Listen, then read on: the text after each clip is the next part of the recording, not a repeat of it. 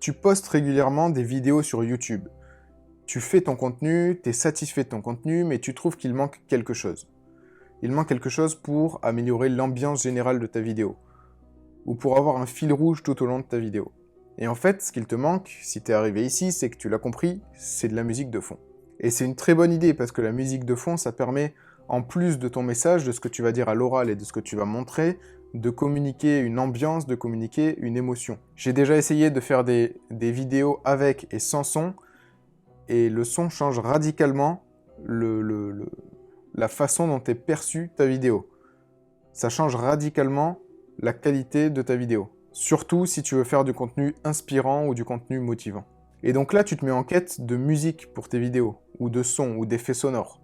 Et il y a énormément d'endroits où chercher. Et au bout d'un moment, tu te dis c'est bon, je m'en fous, je prends des sons de films, des bandes sons de films, des musiques qui existent et qui passent à la radio ou à la télé, et qui sortent en album, qui sont vendus, et tu te dis c'est bon, je mets ça en fond dans mes vidéos, ça passera bien et personne ne le remarquera. Le problème, c'est que pour la viabilité de ta chaîne, sur le long terme, ça peut poser souci.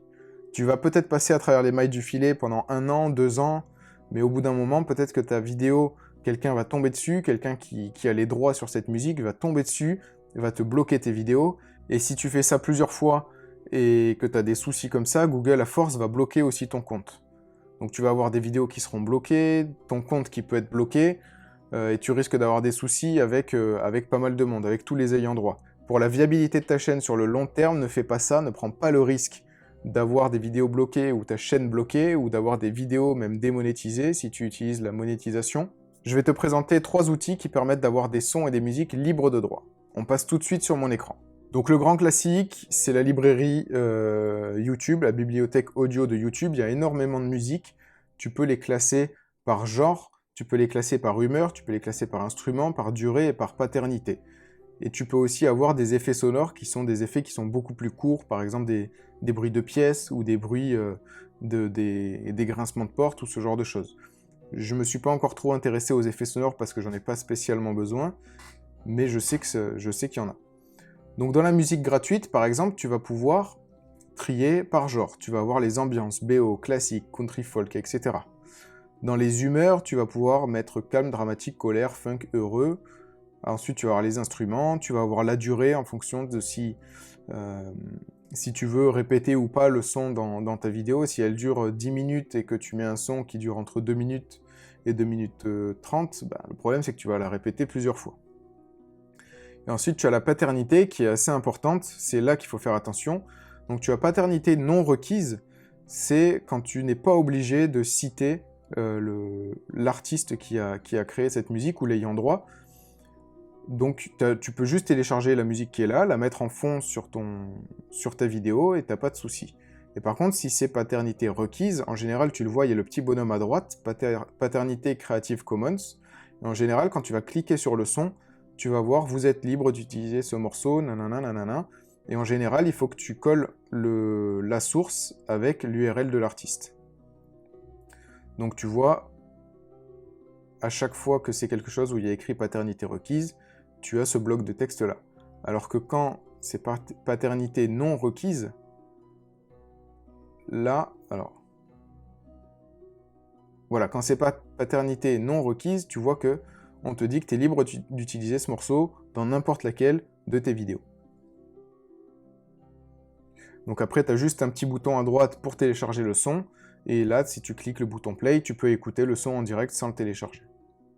Donc il y a énormément de sons, et donc tu peux trouver ton bonheur déjà sur cette plateforme-là, si tu cherches un son ou deux. Par contre, si tu as besoin de sons différents et plus régulièrement, il y a d'autres solutions que je vais te présenter juste après. Je veux juste te montrer ce petit cadre bleu, vous utilisez la musique dans vos vidéos, consultez les règles relatives aux droits d'auteur qui s'appliquent. Par exemple là, tu vois, j'ai trouvé ça tout à l'heure, c'est une liste des sons. En fait, j'ai remarqué que c'était une liste des sons où tu pouvais vraiment avoir des soucis si tu les utilises. Je sais pas si tu as remarqué, dans certaines vidéos, il y avait un peu le Thug Life ou ce genre de choses avec les lunettes qui tombent, les lunettes noires, et c'était la musique The Next Episode. Après, tu avais par exemple cette musique-là de Alan Walker, c'était une musique qui était beaucoup utilisée, il me semble, par les youtubeurs fitness. Je te laisserai aller écouter ça, tu reconnaîtras. Si je te la fais écouter, c'est moi qui vais me faire striker. Alors, je te laisserai écouter ça. Après ça, j'ai pas trop, je connaissais pas trop.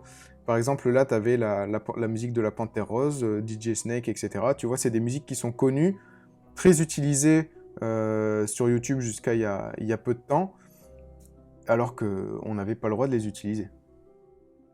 Donc voilà, c'était juste un petit point pour que tu vois ça. Et tu remarqueras que maintenant, très peu de vidéos intègrent des sons comme ça. Intègrent des sons qui sont très connus, parce qu'ils n'ont pas les droits, tout simplement. Jusqu'à maintenant, on n'avait pas les droits. Et on les a toujours pas, d'ailleurs. Ensuite, je voulais te montrer la chaîne YouTube qui s'appelle Musique Libre.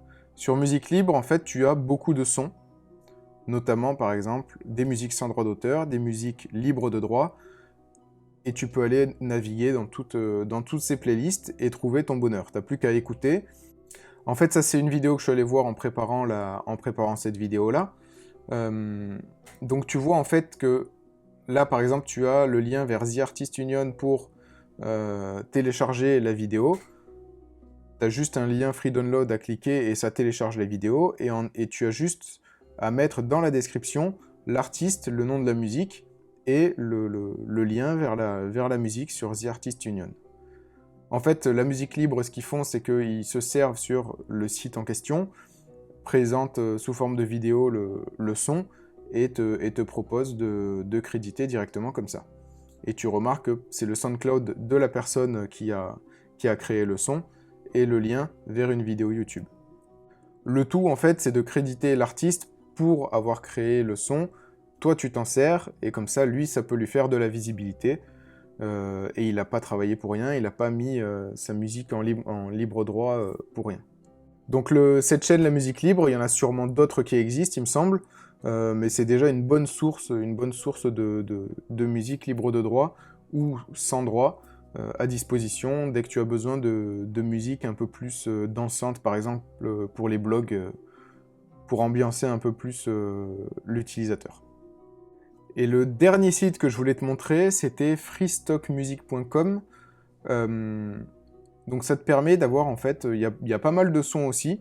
Là, j'ai déjà présélectionné avec CC BY 4.0.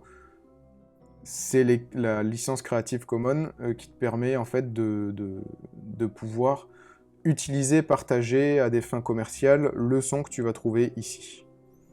Parce qu'après, tu as d'autres licences où tu n'as pas le droit de l'utiliser à des fins commerciales, donc c'est pas bon pour YouTube. Il y en a où tu n'as pas le droit de les modifier, tu n'as pas le droit de les partager, ce genre de choses. Tu peux aller te renseigner sur les licences, tu vas voir, c'est pas très compliqué. Donc là, ce que je te recommande, c'est faire CC-BY et le 4.0, et quand tu es sur cette vue-là, voilà, tu as tous les résultats pour cette recherche. Donc là, tout ce qui est là, tu es capable tu es en droit de le réutiliser dans tes vidéos. Le tout, en général, c'est, regarde, quand tu cliques sur un son, le tout, voilà, c'est de citer la personne. Voilà, c'est juste ici, on te dit que tu dois inclure, en fait, les lignes qui suivent dans la description de ta vidéo, donc c'est celle-ci. Donc si tu télécharges la vidéo, que tu l'utilises dans le son que tu utilises dans ta vidéo, tu copies-colles ce que je t'ai surligné là, et c'est bon, tu n'auras pas de problème. Voilà, le tout quand tu cherches à intégrer du son et de la musique dans tes vidéos, c'est de bien vérifier les droits, que tu aies le droit de l'utiliser à des fins commerciales, que tu aies le droit de le partager, de le modifier si jamais tu le modifies. Vérifie vraiment ce que tu as le droit de faire et pas faire avec chaque son. Après, tu peux avoir aussi des plateformes où les sons sont payants et ensuite ils t'appartiennent et tu en fais ce que tu veux, ou alors des plateformes où comme ça c'est gratuit, soit tu dois citer la personne, soit t'es pas obligé. C'est à toi de faire très attention quand tu vas utiliser un son. Voilà, c'est à toi maintenant de te faire plaisir et d'intégrer les musiques dans tes futures vidéos.